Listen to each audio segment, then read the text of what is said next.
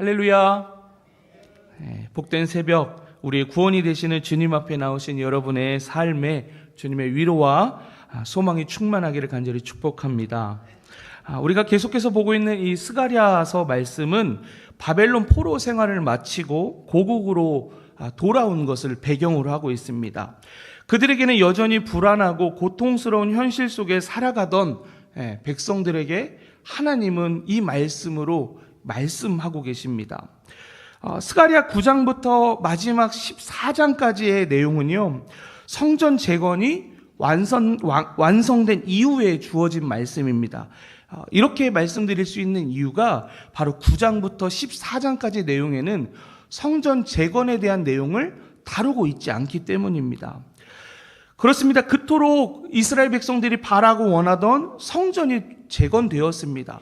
그러면 그들에게는 행복한 삶, 부흥의 삶, 하나님께서 함께 하시는 삶이 있어야 하지만 그들의 현실은 달라지지 않았습니다.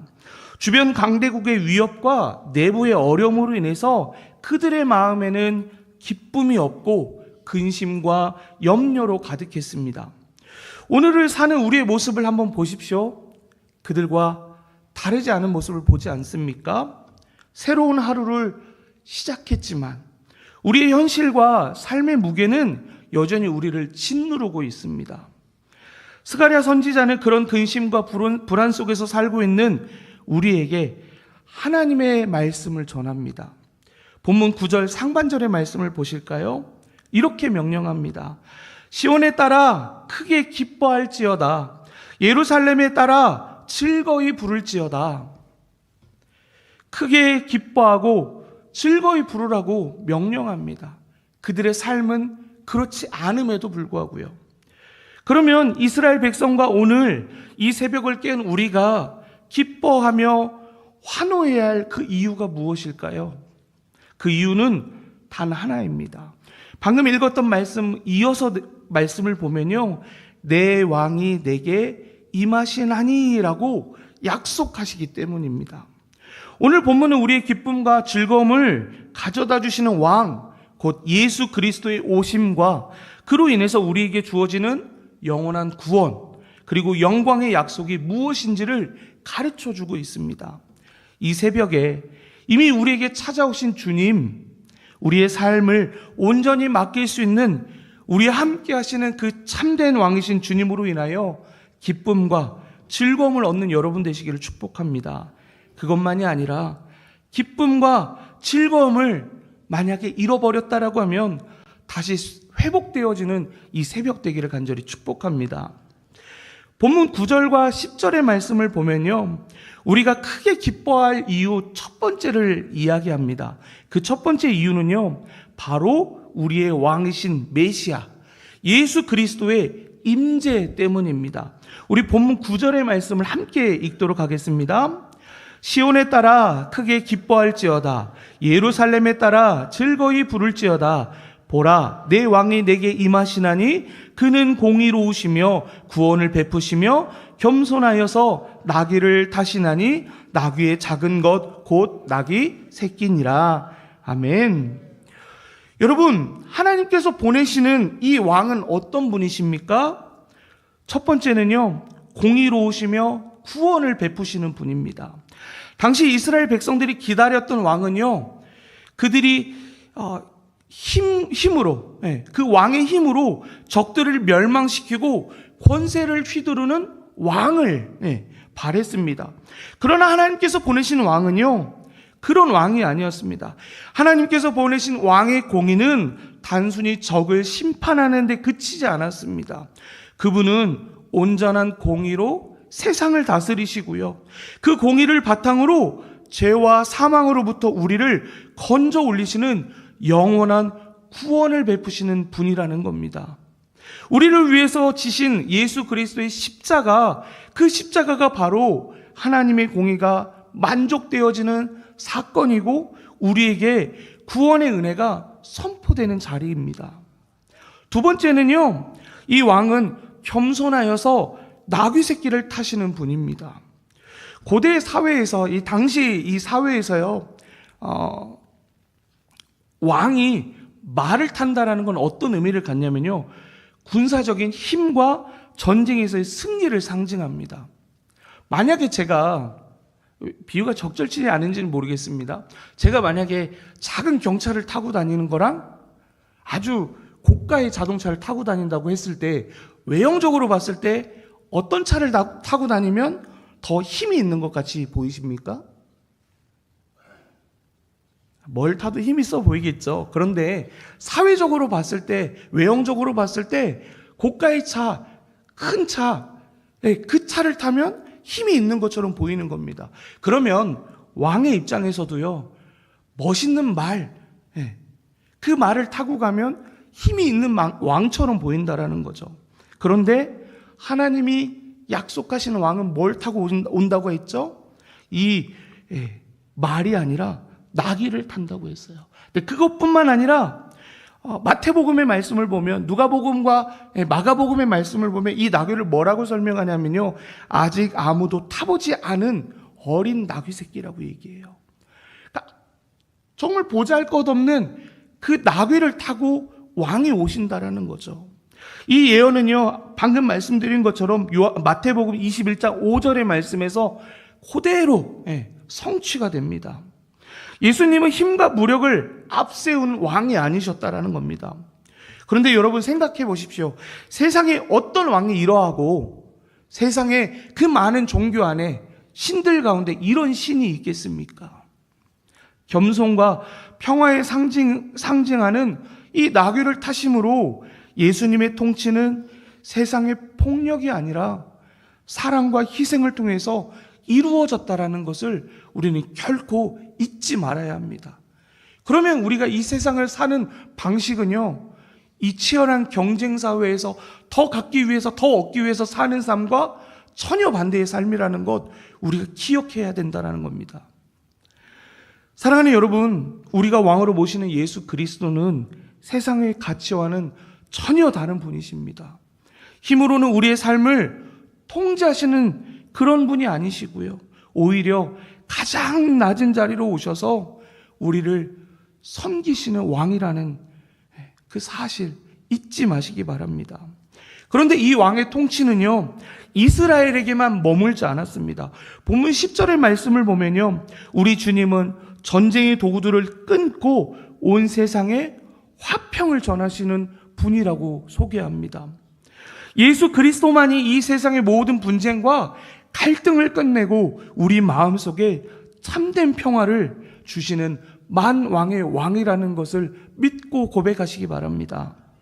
그럴 때 평화의 왕이신 예수 그리스도께서 여러분의 주인이 되시고 여러분의 왕이 되신다라는 겁니다.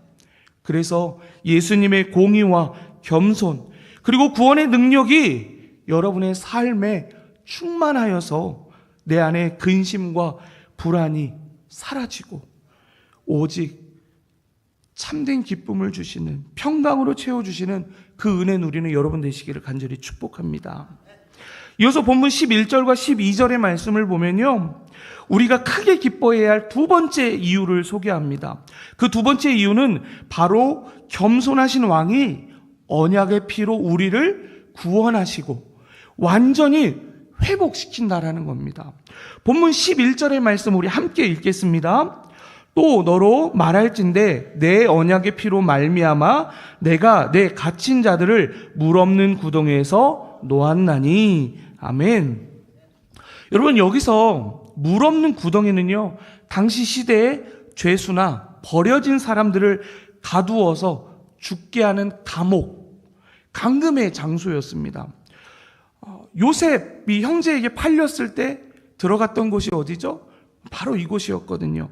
그리고 예레미야 선지자가 거짓 선지자들과 다르게 하나님의 말씀을 전했을 때 들어갈 수밖에 없었던 곳, 갇힐 수밖에 없었던 곳이 바로 물 없는 구덩이였습니다.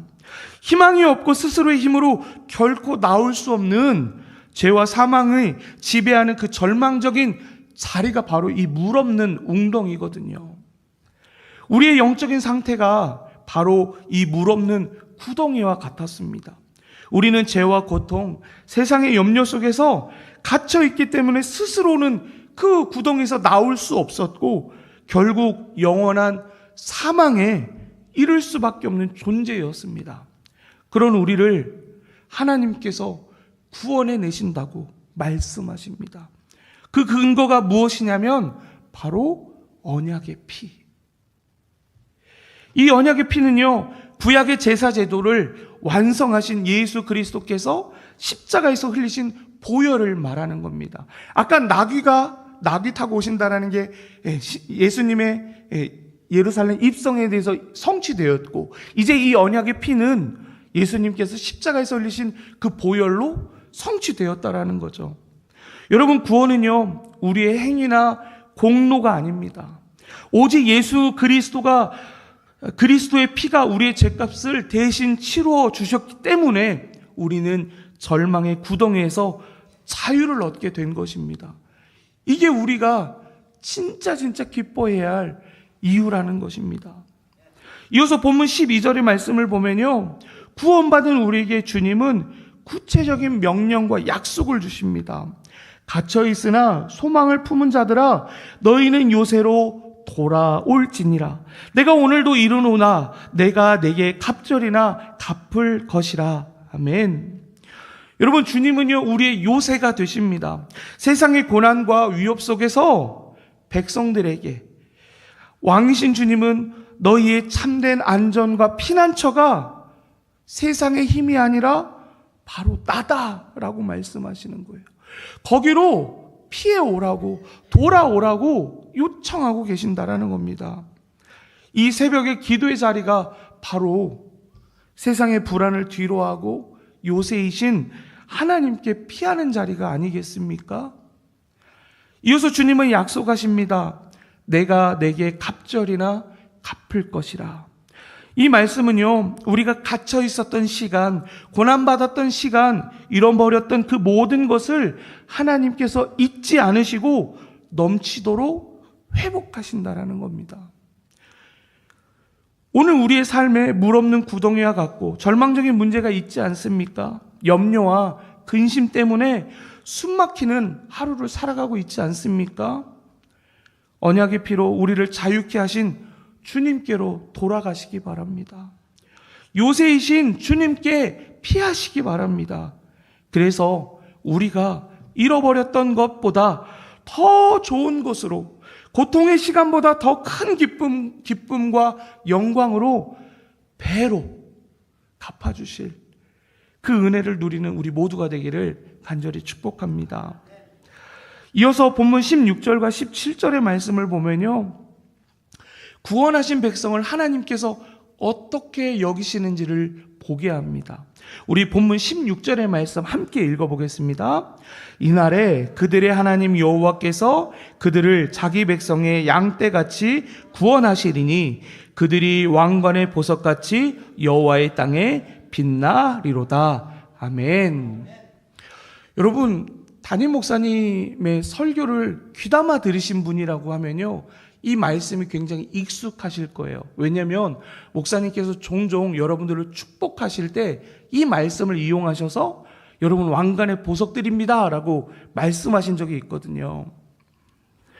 하나님은요, 여러분을 죄에서 건져내신 것만이 아니라 왕의 면류관에 박힌 보석처럼 여러분들을 존귀히 여기신다고 말씀합니다.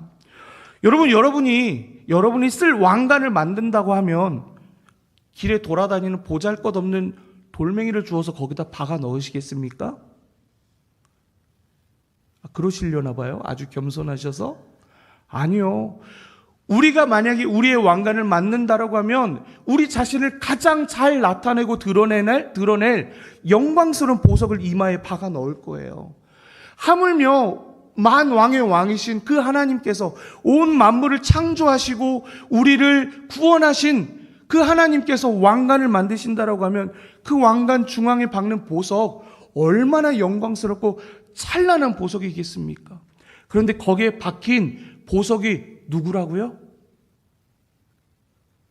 왜 고백 안 하세요? 네. 여러분이에요. 나예요. 하나님의 왕관에 박힌 보석이 바로 여러분이시라고요. 얼마나 존귀합니까? 그냥 구원만 받은 존재들이 아니라 세상의 모든 신들 앞에서 하나님이 위엄을 선포할 때 그 쓰신 왕관에 여러분이 보석으로 박혀 있다고요. 하나님의 자랑이 바로 여러분이라고요. 그런데 이 보석이요, 정말 빛이 나려면 뭐가 필요한지 아십니까? 바로 빛이 필요해요. 보석은 가만두면 어둠 속에 있으면 빛이 나지 않아요. 그런데 빛이 비추어지면 그 보석은 반짝반짝 빛이 나고 그 보석의 가치가 드러나거든요. 그러면 보석된 여러분의 인생 가운데 어떤 빛이 비춰야 여러분의 인생을 반짝반짝 빛나게 하고 하나님의 영광을 드러내는 존재들이 되시겠습니까? 빛 대신 예수 그리스도입니다. 여러분을 비추는 게 돈이 아니고요. 여러분을 비추는 게 세상의 성공이 아니고요. 여러분들이 그간에 원했던 이 땅의 어떤 그 만족들이 아니고요. 오직 우리의 구원을 위해서 죽으시고 끝까지 사랑하시며 하나님 나라를 올 때까지 하나님 보좌 우편에서 우리를 위해서 중보하시는 예수 그리스도의 그 구원의 빛, 은혜의 빛이 여러분을 비칠 때 가장 아름답게 비칠 수 있다라는 거예요. 오늘 이 하루 그것을 소망하며 살아가는 여러분들 되셨으면 좋겠습니다. 그래서 오늘 혹 교회에서 여러분들 뵐 수 있다라고 하면 그 반짝반짝 빛나는 모습 때문에 얼굴을 바라볼 수 없는 여러분들 되셨으면 좋겠습니다. 제가 잠깐 고개 숙였다가 들어볼까요? 아이고 눈부셔. 그렇게 빛나는 여러분들 되시기를 간절히 축복합니다.